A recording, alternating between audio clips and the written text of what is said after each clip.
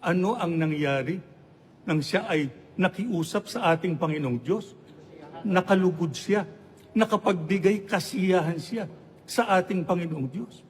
Sa makatwid, napakahalaga na tayo, pagka tayo lumalapit sa Diyos, humihiling sa Kanya ng ating mga pangangailangan, lalo na sa panahon ng ating mga pananalangin, dapat makita ng ating Panginoong Diyos na tayo ay nagdudulot sa Kanya ng ano? Oo, kasiyahan. Yun po napakahalaga Ang kinakailangan sa atin, masunurin tayo doon sa mga kalooban ng ating Panginoong Diyos. Nasusunod natin yung Kanyang mga kagustuhan. Kasi pagka ganyan, yung ating hinihiling, tiyak na atin pong matatanggap.